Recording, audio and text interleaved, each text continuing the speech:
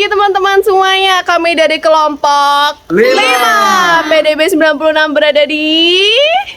Kita berada di rumah host Cokro Aminoto.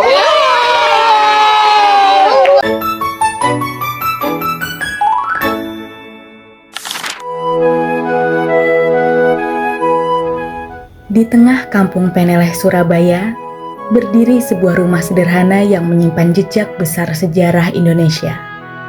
Inilah kediaman Haji Umar Said Cokro Aminoto, sang guru bangsa dan salah satu tokoh kunci pergerakan nasional.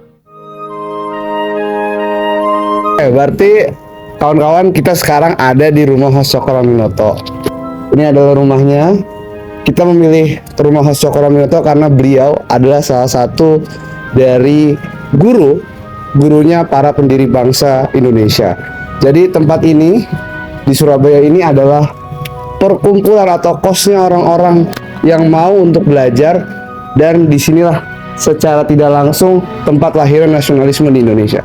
Jadi teman-teman, kita udah di depannya base campnya orang-orang pintar, rumah host Cokro Aminoto.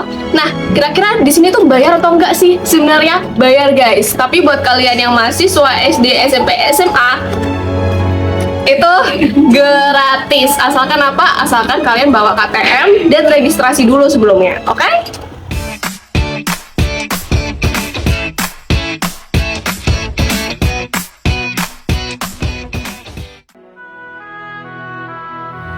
Disinilah Haji Umar Said Cokro Aminoto tinggal bersama keluarganya, sekaligus mendidik para pemuda yang kelak menjadi tokoh besar Republik.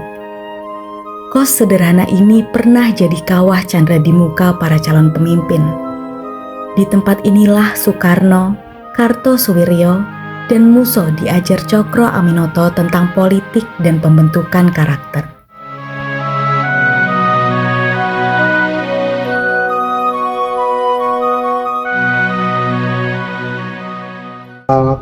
Lu ngeliat orang-orang pribumi ya ditindas semuanya. Apa kita diam pada penindasan? Kan nggak boleh. Makanya mereka bergerak lah. Mereka berorganisasi. Nah, mereka mengerti konsep organisasi itu bentuk juga dari efeknya politik etis gitu. Kenapa lu videoin gua? Guys, jadi kita tuh nggak punya tour guide. Tour guide-nya dia. Tau gak? Dia bukan warlock pada. Dia bukan warlock ya. Ya kan? Dia benar. Yang warlock gimana? Yang warlock keren banget. Tahu banget. Yang warlock ini. Guys, Kemal lagi menjelaskan. SI-nya lagi apa? Anak-anak sedang mendengarkan bapaknya. Makanya kan tongkat kepemimpinannya digeser ke Yerusalem. Sebelum Syarikat Islam terbentuklah ini Syarikat Dagang Islam. Tujuan awalnya adalah mendidik orang-orang Islam untuk bisa berdagang dengan baik tujuannya. Nah, beliau bertemu dengan host Cokro pada saat itu.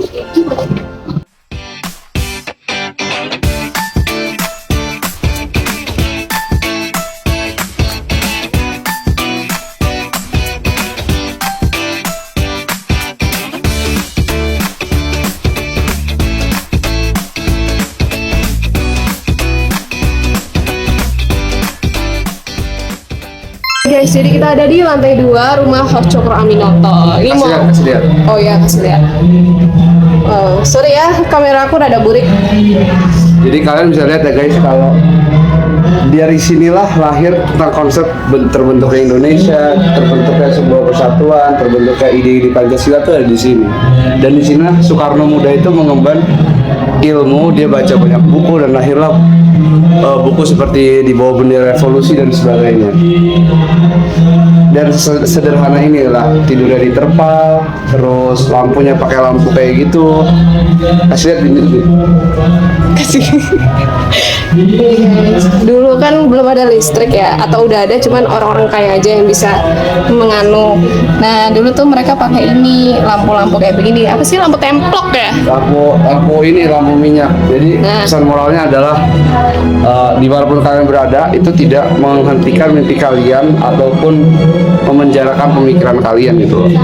Bahkan Soekarno terpenjara pun lahirlah konsep Pancasila, lahirlah konsep pembelaan sebagus Indonesia menggugat gitu loh. Wih, keren banget tuh.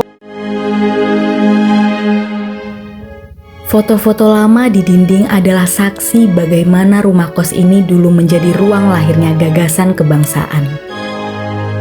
Setiap sudut punya cerita, dari ruang tamu tempat Sarekat Islam berdiskusi, hingga kamar kecil tempat para pemuda merancang masa depan bangsa.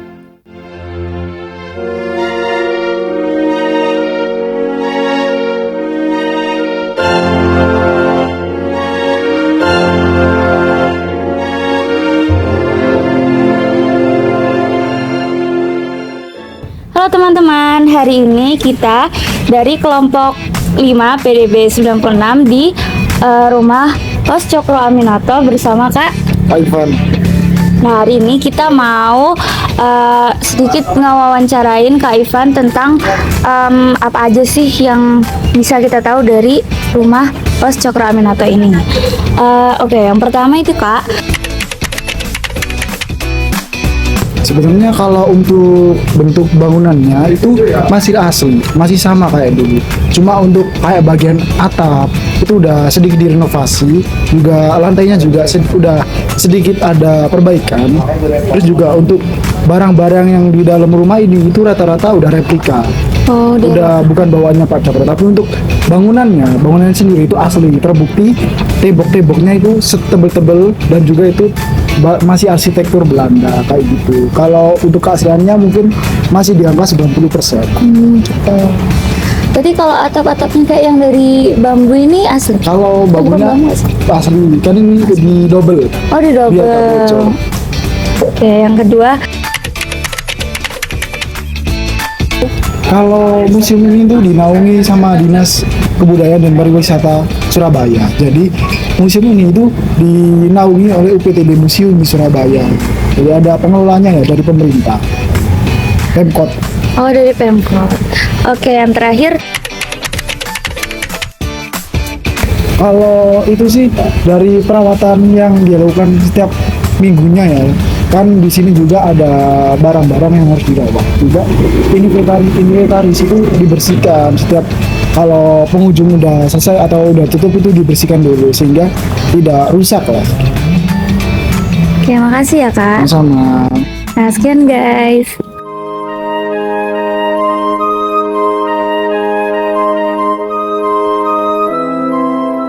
Hari ini, rumah di Kampung Peneleh bukan sekedar bangunan tua, tetapi jejak perjalanan menuju kemerdekaan. Kunjungan kami mengingatkan bahwa nasionalisme dan persatuan lahir dari pemikiran, diskusi, dan keberanian orang-orang yang pernah tinggal di sini. Dari field study ini, kami belajar bahwa sejarah bukan hanya diingat, tetapi dijaga dan diteruskan, agar generasi muda mampu melanjutkan semangat perjuangan mereka.